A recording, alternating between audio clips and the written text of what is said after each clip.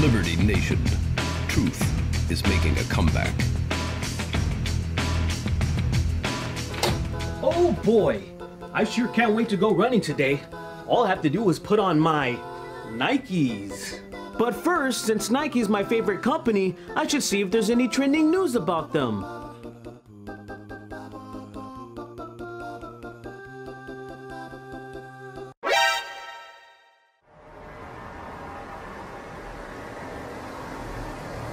Believe in something, even if it means sacrificing everything.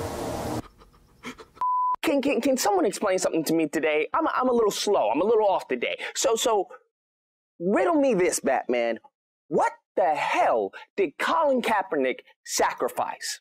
I honestly believe that the great detective himself, the Dark Knight, couldn't solve that one. Let me remind you guys that this man opted out of his contract, all right? They were trying to negotiate. He said no, deuces. That's what happened there. Then he tries to sue the NFL talking about they don't want me to play. How they don't want you to play when you're the one that opted out of the contract in the first place? We'll put a pin in that. We'll get to that later. Next, we have this man talking about oppression and all of this. We have this dude talking about oppression while during this whole time, unbeknownst to everyone else, he was getting bankrolled by Nike. This dude went from making millions to making more millions. But he wants to talk about oppression. You know what? I speak on behalf of I would say a majority of black people. Can you give us just a little bit of oppression? I mean, not all of the oppression you're going through from going from millions to more millions, but give us a little bit of oppression. I'm talking, maybe like 500K worth of oppression. Can you offer that up, please?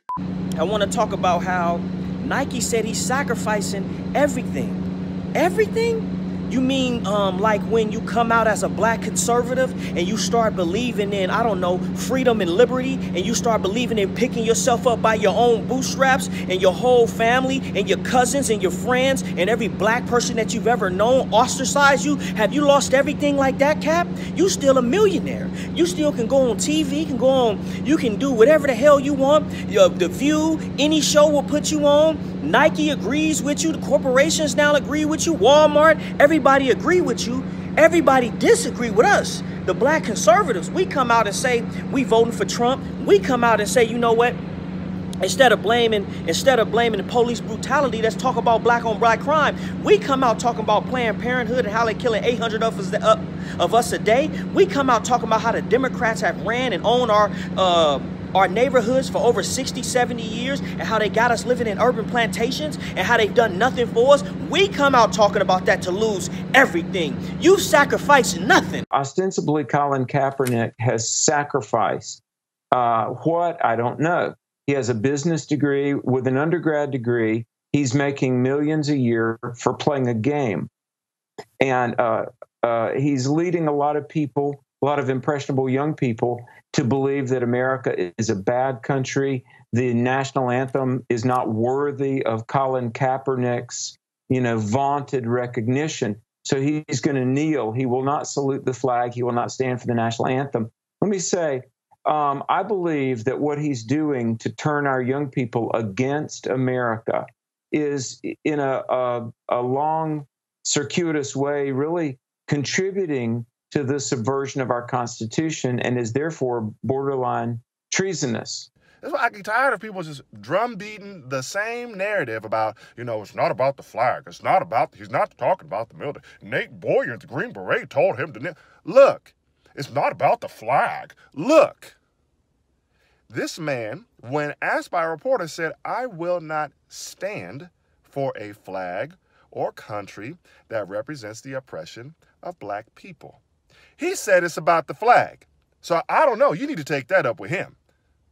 He said it is. Everybody said it's not about the flag. He said it's about the flag. So I don't get it. You see, we have to hold people accountable to their words. So the ads, you can see it everywhere you want. It's like the sad-eyed Colin Kaepernick face. And on it, it says, believe in something, even if it means sacrificing everything. So first of all, I don't really think it's a great marketing idea to put forward a slogan of commitment and self-destruction that could be equally applied to a suicide bomber. But I guess you don't go to Nike for your philosophical insights unless, I guess, you're a complete idiot. Now, going back to the quote, if you look at the first few words, believe in something. They didn't say believe in truth. They didn't say believe in facts, data, believe in what's right. They said believe in something. You know who believed in something? Thanos believed in something. You know who also believed in something? Hitler believed in something. Even, sacrifice everything as long as you believe in something. That is the problem, what's going on right now. People are believing in something despite having any facts, any data, anything bolstering their argument. But they're believing in something. You want to know who else believes in something that has holds that same belief, that same ideology that you put on this little campaign? Terrorists, suicide bombers. And I have said for quite some time, I'm anti-boycott. I don't like the boycott movement in this country. And I really, really worry because we are so divided on so many things that we're going to have red and blue stores and red and blue brands now. And I don't want that. I don't want to walk into Starbucks and think, oh, well, Starbucks is, progressive. So I'm going in there. I want a cup of coffee. I don't want to go into Dunkin' Donuts and go, oh, whoa, well, they're to the right. I want coffee and a donut. Don't want about my politics. Don't care. I don't want to go into my closet and pick out an Under Armour shirt and say, oh, well, Kevin Plank said nice things about Donald Trump, so this is a GOP shirt. No, I don't want that. I don't want to pick my Nike shirt out and say, whoa, I'm woke today. I got Nike on. It's garbage to me. I don't need it in my life. I just want to walk into a store and get a chicken sandwich, okay? Just because I'm going to Chick-fil-A doesn't mean I hate gays, all right? Just because I'm wearing a Nike shirt doesn't mean I don't love the country. I just find this to be a very, very slippery slope that we're on. And I'm surprised, and you'll hear from this professor, that he believes many companies are going down this route. The Just Do It ad is set to air Thursday night during the NFL season opener, according to ESPN. Some Kaepernick critics took that to mean sacrificing their Nike products. Immediately, people began posting pictures of socks and shoes they had defaced or destroyed, or declaring they would be soon switching allegiances to brands such as Adidas, Brooks, or Converse. Never mind that Nike owns Converse. Country singer John Rich showed off a pair of Nike logos that had been removed from his Soundman socks. Now, I don't think I would go this far, but I also understand the sentiment. If you think about it, Nike and Colin Kaepernick are basically saying we're all racists and bigots toward minorities. I don't think that's true at all, but that's certainly what their woke ad here and their new wannabe black spokesman are implying. And I know I don't like being called racist, and I don't like people who are anti-American like Kaepernick either. So seeing these people defile their Nike products makes some sense. I don't know if I would burn my shoes like this, but it sure does send a strong message. Nike, of course, has been scolded and embarrassed by stories of its Chinese sweatshop workers who get paid 20 cents an hour to make their overpriced $200 a pair shoes. And this is the same company trying to preach about sacrifice and racial inequality? Give me a goddamn break. Nike has Chinese sweatshops mostly staffed by poor women, and they're trying to say Colin Kaepernick, a multi-millionaire American, is oppressed? That's pretty darn rich, I must say. And I'm willing to bet this actually comes from Nike feeling kind of guilty. They know they are taken advantage of and abusing workers in China privately, so they're trying to pretend to care about social issues in America publicly. But of course, we can all see right through this charade. This Slate article from 2 years ago reported on the terrible working conditions in Nike's factories in Vietnam, which is Nike's largest manufacturing base. At the time this article was written, they had over 1 million workers worldwide, and about a third of them were in Vietnam, distributed across at least 75 factories. 80% of their workers are women and girls, some as young as 16, which was Nike's minimum age for specified factory work. And here are just some of the struggles these workers had to face on a regular basis. Women who worked in different factories told remarkably similar stories of being subjected to arbitrary punishments, such as financial penalties and threats of dismissal for making manufacturing mistakes, not working quickly enough, or coming in late, along with intimidation and ongoing humiliation by managers. And guys, one factory in particular stood out when investigated by the Workers' Rights Consortium, which is a DC-based nonprofit, and they found, quote, some of the most egregious abuses we have ever seen in any of our investigations around the world. Workers routinely collapsing unconscious at their workstations from overwork and excessive heat, then being forced to return to work minutes after waking up. Managers hurling epithets, often vulgar, at the mainly female workforce. Absurd work rules like a ban on yawning. The routine firing of pregnant workers, harassing workers for using the bathroom, including photographing them when they enter and exit, illegal overtime requirements that were not waived even for a worker who needed to attend a family funeral. So not good stuff, obviously, kind of the opposite of social justice.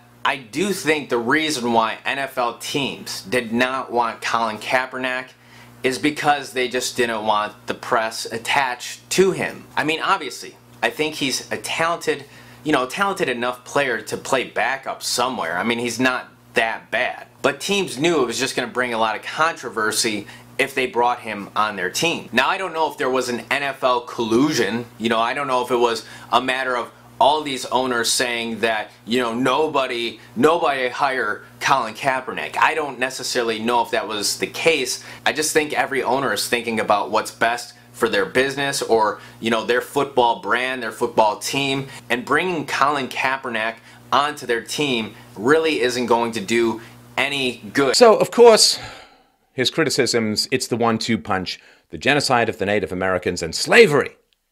That is the big problem. Well, I've done presentations on slavery and on the native genocide. You can check them out on my channel. I won't go into the arguments here. But, slavery 150 years ago, native genocides, even if we accept that they did take place hundreds of years ago. It was Labor Day weekend in Chicago. 6 dead. Do you know that in Chicago, more than 1,000 people have been shot just since Memorial Day? See, that's quite a lot. And why is he talking about potential crimes centuries old when there's actual slaughters going on in the here and now? Care about slavery? There are currently open-air slave markets in Libya because of Hillary Clinton and Barack Obama destroying Muammar Gaddafi, opening up the gateways of migrants to pour into Europe and destroying the country as a whole. Barack Obama, Hillary Clinton.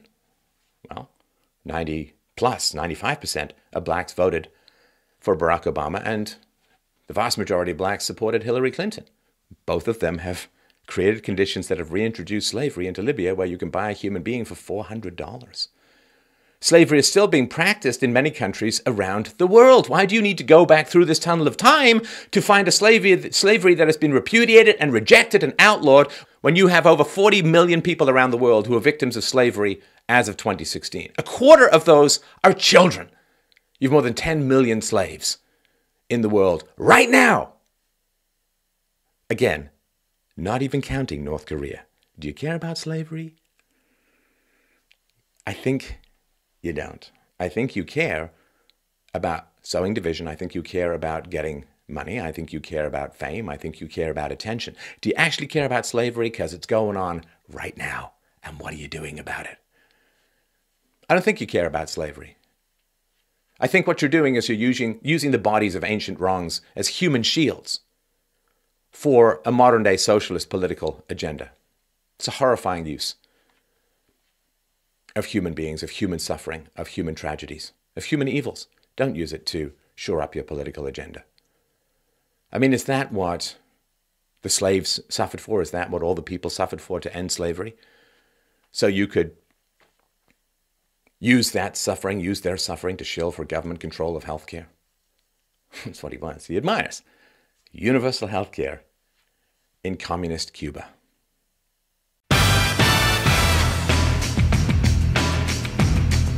Visit us at libertynation.com.